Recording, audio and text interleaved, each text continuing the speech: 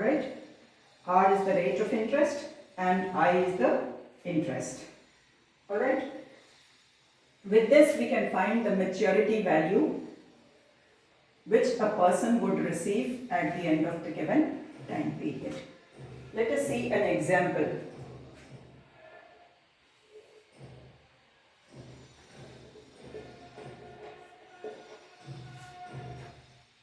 Katrina deposits rupees 1500. She deposits rupees 1500 per month in a recurring deposit account with the State Bank of India.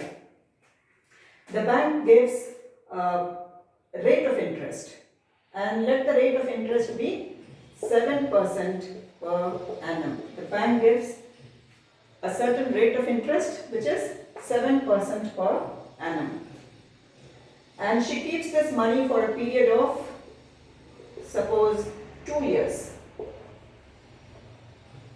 that is 24 months.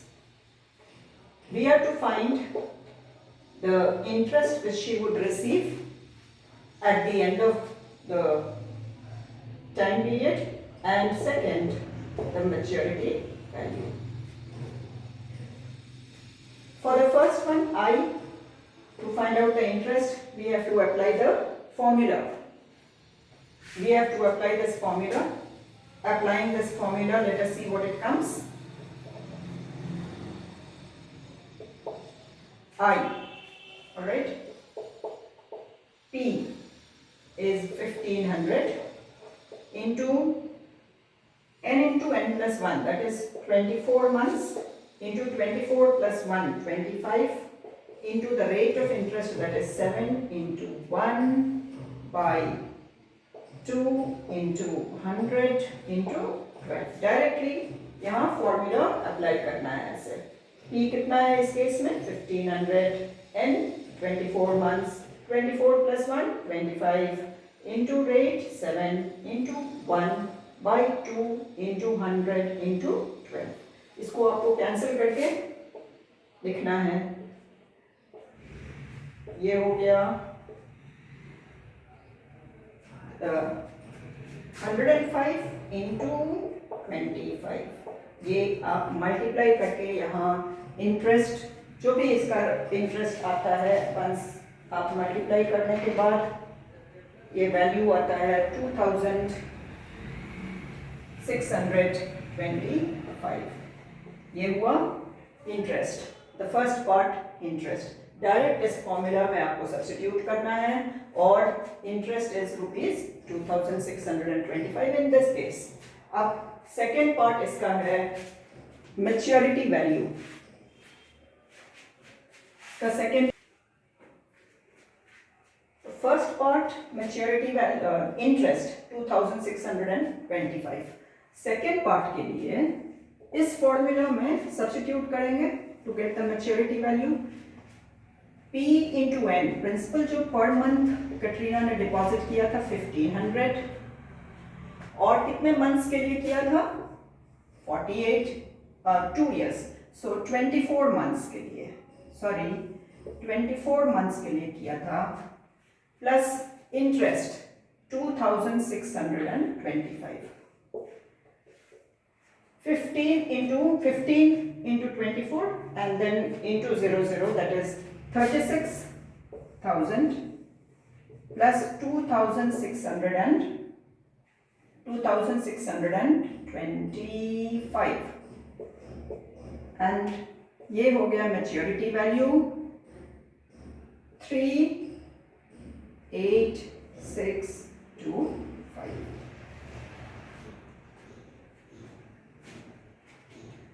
तो this is how ये formula को apply करना है, और आई या maturity value या इसमें जो भी प्रिंसिपल फाइंड आउट करना है, एन फाइंड करना है, रेट फाइंड करना है, बस इसी दोनों फॉर्मूला में वैल्यू सब्स्टिट्यूट करके बाकी जो भी वेरिएबल्स हैं उसका वैल्यू फाइंड किया जा सकता है.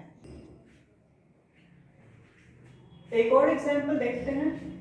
Rahul deposits rupees 500 per month for a period of 4 years If at the time of maturity he receives rupees 28,410, find the rate of interest. इसमें फिर Rahul deposits rupees 500 per month in an, this is all about RD account. In an RD account. Alright?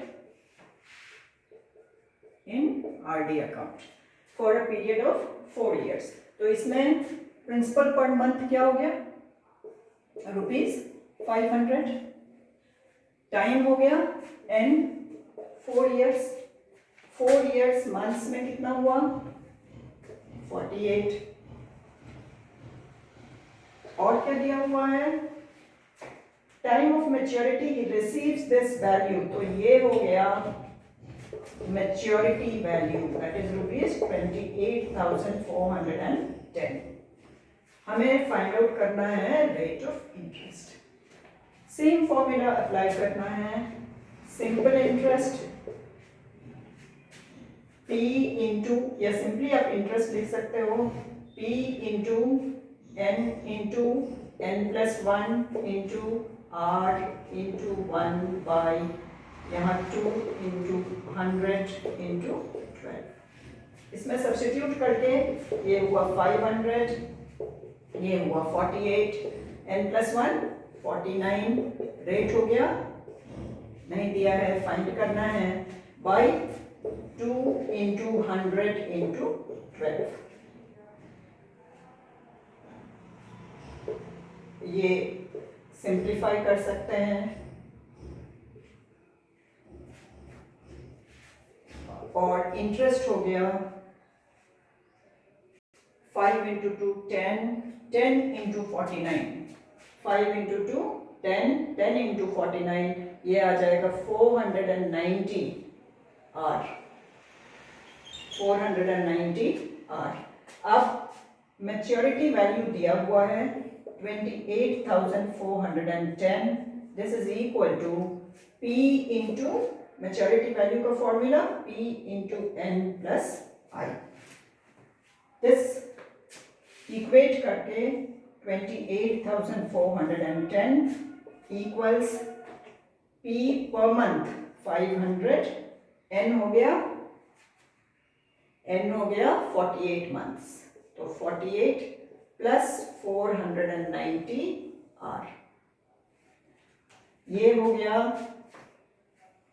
28,410. Subtract करना है इसमें से 24,000, 48 into 5 24,000, और ये हो गया 490 R.